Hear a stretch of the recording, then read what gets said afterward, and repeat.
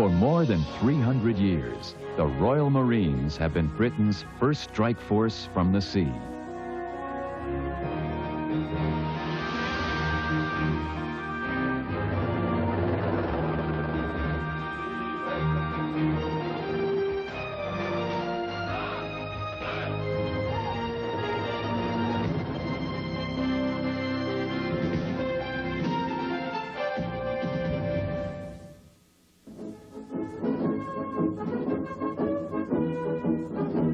The Royal Marines are a relatively small, well-trained corps of highly motivated career soldiers, trained for a variety of combat environments. Within the British military, they are a brigade-size force of 7,000, responsible for most commando and rapid deployment missions. They have been dispatched to trouble spots around the globe continuously over the past 50 years.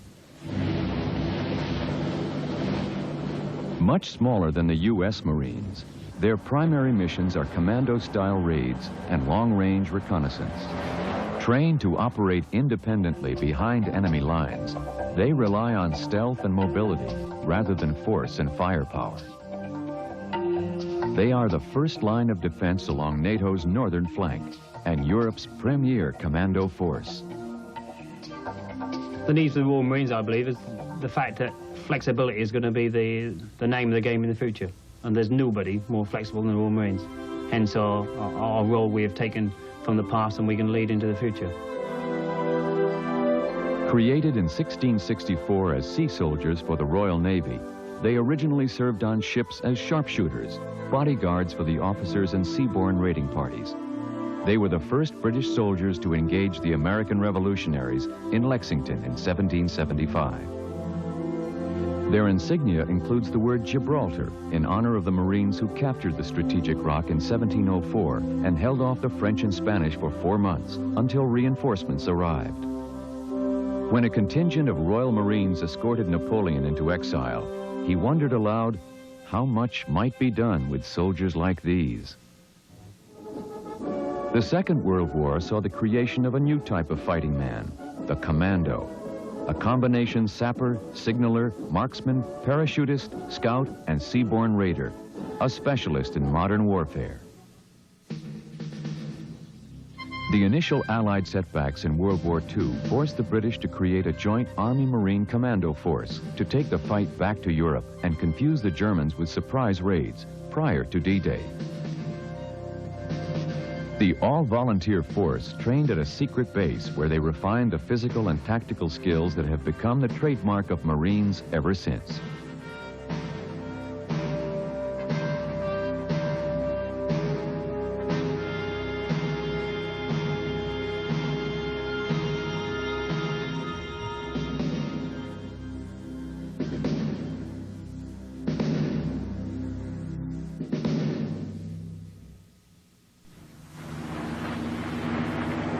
For more than 300 years, Marines have been refining their ability to strike from the sea. Far more than just infantrymen on ships, their seaborne raiding skills are part of their basic training and rehearsed with the precision of a well-choreographed dance. Being an amphibious force, or part of an amphibious force, we have a very flexible means of deployment, which doesn't require overflying rights, doesn't require overseas bases, can be projected either in a blaze of publicity or relatively quietly. It can advance or withdraw according to the political situation at the time. And once ashore, we've got a sufficient punch to be credible. Right, so what we want to do is go up there. Lieutenant Colonel Graham Dunlop commands one of 3 commando units that were kept intact after World War II. Like Marines of every rank, he takes his fieldwork seriously, even in training exercises like this one on Britain's Salisbury Plain. The Marines like to think of themselves as the thinking man's infantry, relying on stealth and tactics over firepower and logistical support. Very often, the sort of circumstances they're coping with are actually not achieved by banging your head against a brick wall. You know, you think your way around the problem, you circumvent the obstacles, you get around them, get over them, instead of rushing up the centre. The days of the gung-ho charge for the enemy just no longer exist. It's an OPC. We teach our Marines to be aggressive, but we also teach them to think. And what we want is a combination of both, so that at the end of the day, we have all our men left, but aggressively they've taken the enemy position with minimum casualties. One of their primary tasks is long-range reconnaissance and surprise attacks behind enemy lines. Two-man sniper teams are trained to operate without support for weeks at a time. They are trained to identify enemy leaders and to take them out from a range of 1,000 meters. Much of this long-range patrolling is done by a special unit in the Commando Brigade, called the Mountain and Arctic Warfare Cadre. All are trained specialists in the art of reconnaissance and survival.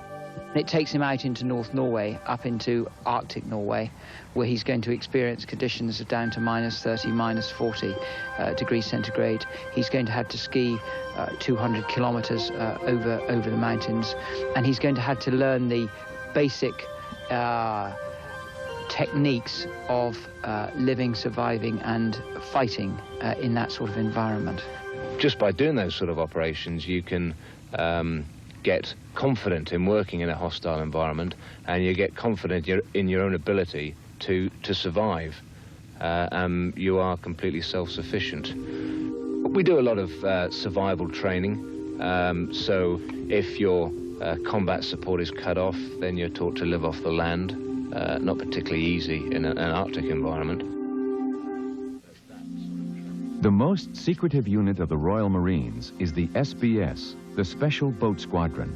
Less than 200 hand-picked Marines who live and operate apart from the rest of the brigade. Primarily tasked with beach reconnaissance in advance of amphibious landings, their clandestine activities have recently expanded into domestic anti-terrorist areas. The Marines are reluctant to discuss. They have a wide variety of war roles, and that's about all I'm prepared to say. If I could simply stress that their strongest weapon is their secrecy, and we don't talk about it. Well, the measures that are taken is that their pictures never appear in any paper or even in service journals, nor do their names. And secondly, of course, their bases are secure. And thirdly, that people don't talk in any detail about what they do. Retired Major General Julian Thompson, now a professor of war studies at King's College, could only offer a broad outline of their tactical missions. They are the advanced force operators in front of a landing force. So they would go and look at beaches, work out if the beach gradients will take landing craft, are there landing zones for helicopters, can you get off the back of the beach, are there any enemy overlooking the beach, and generally provide the force commander with all the information he needs about the conditions in and around the beach. Now, in unconventional operations, they will be used often in counter-terrorist operations. And this is a very useful way of employing special forces because they have the shooting skills, the fitness, and the training. You have to have a force which is able to react quickly to situations as they arise. And the reason that it has to be able to do this is firstly to get control of the situation before it gets out of hand, and secondly because if you don't deal with it quickly, your own domestic public opinion may turn against the action you're proposing to take. So speed is of the essence.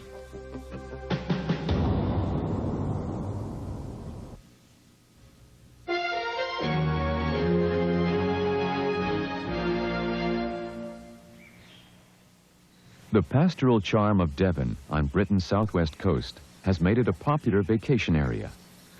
Go! It is also the birthplace of every Royal Marine who must be born again in one of the longest and most demanding basic training regiments of any military force in the world. We train our recruits for a period of 6 months, and we train our young officers for a period of just under 15 months. It's of interest that we train our recruits for as long as the Army, the British Army, trains some of its officers, not all of them. But it gives you an idea of the extensiveness of the training. Colonel Mike Taffender is the commanding officer of the Commando Training Center in Lympstone. Unlike most military organizations, all Marines, officers and enlisted men, must complete the same basic training. We have our recruits and young officers training alongside each other and our non-commissioned officers, and all see what the other person is doing. This plays a large part in the creation and the generation of this family spirit that is so much a part of our corps. Let's go from a dead hang then. Right arm through. Get your chest higher. Right, now, feet, look up. Good, well done, that's well done. I think there is an attitude that, or a perception around the world that the archetypal British Army officer sort of comes down from the old boy net or the regimental system, or the family is why he's there. That isn't the case in the Royal Marines. A Royal Marine officer will be selected because of what he's got to offer, and his family ties are not seen to give him any advantage whatsoever. Lord Louis Mountbatten might have been one of the founding officers of the Royal Marines, but his nephew, Prince Edward, was recently one of its more celebrated dropouts. Only 5% of the officer applicants make it through the intensive screening, selection, and training process. Only 60% of the enlisted men will make it through the training regimen. That puts more emphasis on self-motivation and constant harassment. Without a shadow of doubt, we're here to make something of someone, not to break them. Anyone can break somebody. But if you can drag someone along, help him along, and in the end give him the little push and help that needs for him to pass whatever, he often is a better man for that slightly later on. The name of the game here is to get people through, to make them into Royal Marines, as we're trying to do here.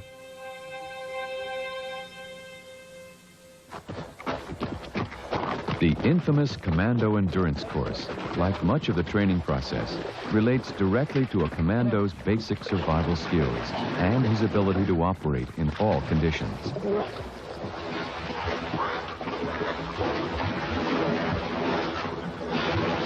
Get in there, Mosley. Come on.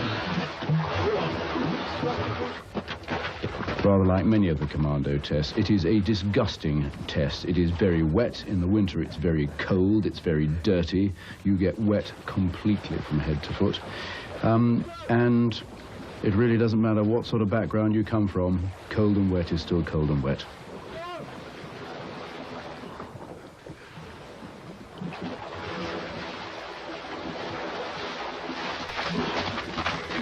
I think if you can tolerate the acutely uncomfortable, then you'll manage anywhere. It really doesn't matter what your background is. It doesn't matter whether you're rich or poor. To a very large extent, it doesn't matter where you went to school or anything of that nature. It depends on you as an individual, and no amount of title, money, friends, contacts will get you through the commando course. Only you can do that. The common denominator is mind over matter. It's the mind saying to the body, don't stop, I'll tell you when to give up. And it's the ability of the brain being able to tell the body not to give up, to keep going. One section, 4 arms. Come here. First of all, check it. Obviously, there's no rounds in it, and I'm looking down the barrel to see that it's perfectly clear. Away you go. The commando role is very much about raiding, long distances, carrying as little equipment as you possibly can. That gives you speed, that gives you endurance, that gives you distance. And that's really what the 30 mile is all about. Well done, good. The last of the 4 commando tests all Marines must pass is the 30-mile overland march through the mountainous Dartmoor National Park. The Marines affectionately call it a yum. And since it's the last obstacle between them and their Green Berets, some have had to endure great pain to go the distance in the required time. This is a chap who was suffering quite badly at the 18-mile stage of the 30-miler here. And the pain got worse and worse, and eventually got to about the 20-mile point and dragged himself on, got to about the 23-mile point, and at that stage the doctor just pulled him out. He was in such pain. He was going on, but the doctor pulled him out. Took him back to the camp, x-rayed him, and he had a badly broken leg, and he had dragged this leg for about 5 miles over the 30-miler. I have to say that we made an exception. We gave him his green beret. That was the spirit we were looking for. I was not really confident when I joined up. I wasn't a really confident bloke, but it builds your confidence up. You do things you'd never attempt. Troop, stand, at, ease, stand, Z. Well done, lads, it was a tremendous effort. You are now almost at the end of this 6-month training, a very hard training. It will be hard to make it harder. What have you learnt? A million things. A million things. Only you know what you really learnt from it all. Learned about yourselves, probably, a great deal. Welcome to the family. Well done. You're 17 a week on Friday. Yes, so it's sir. your birthday when you get your green bering. Yes, sir. Excellent.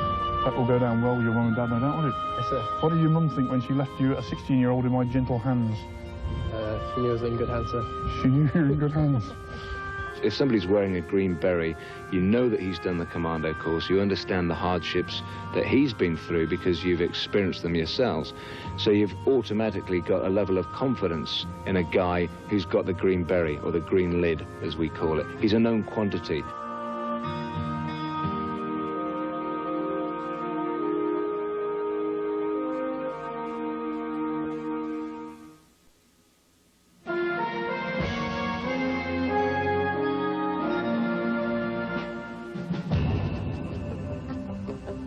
Within days of the Argentinian takeover of the British Falklands in April of 1982, the Royal Marines were aboard ships bound for a mission they had been preparing for 50 years. Advanced reconnaissance elements from the Special Boat Squadron and Special Air Services were flown to the area and parachuted to waiting submarines, from which they launched their initial beach reconnaissance and raids.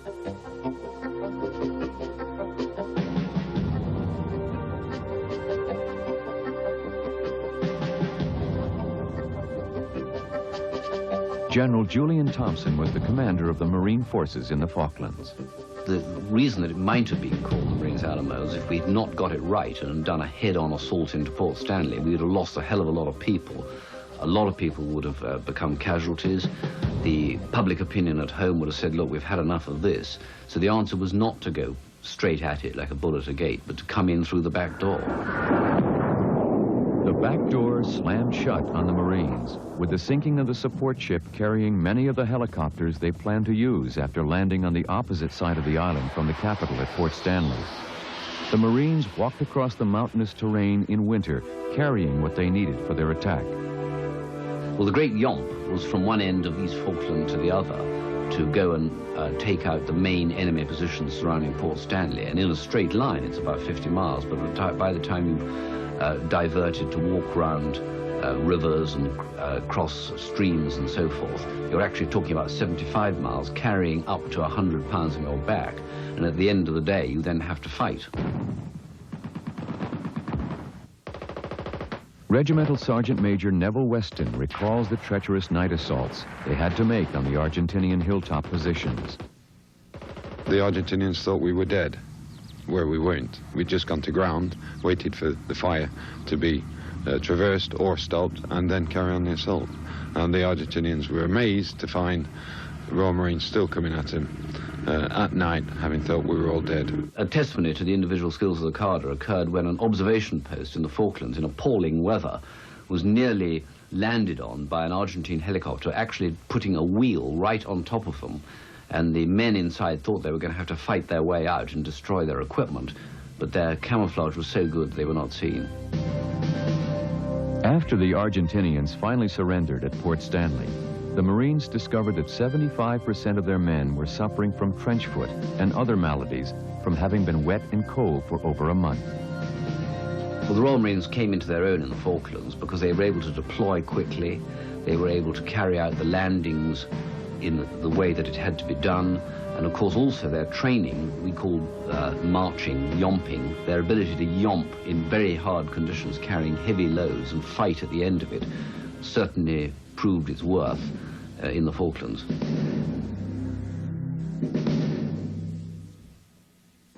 The Royal Marines' recent missions reflect the changing politics of the time.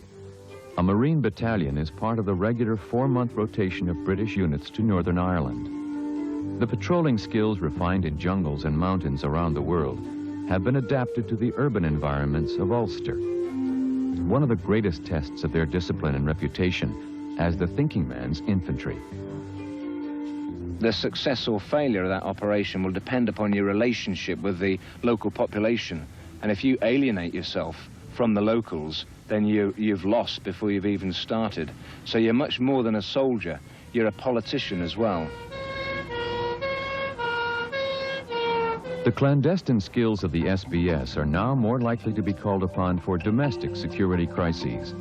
Much of the SBS training has been reoriented to the unusual and unexpected situations they would confront while protecting key installations like the North Sea oil rigs and rescuing British hostages. Like the British SAS, they operate independently and under extreme security conditions.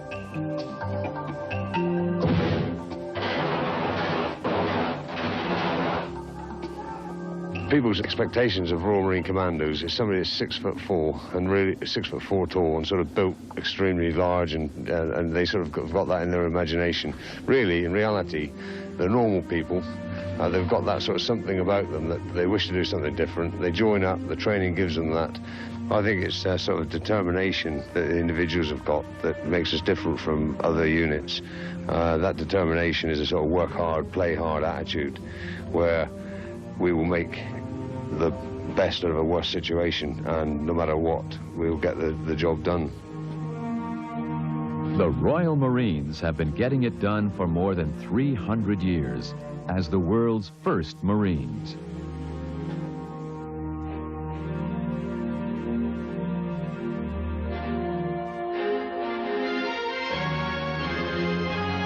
Later tonight, push the limits of speed on land and at sea with the adventurers. But first, meet the underwater daredevils of the oil business. Meet the saturation divers on Those Who Dare. Next.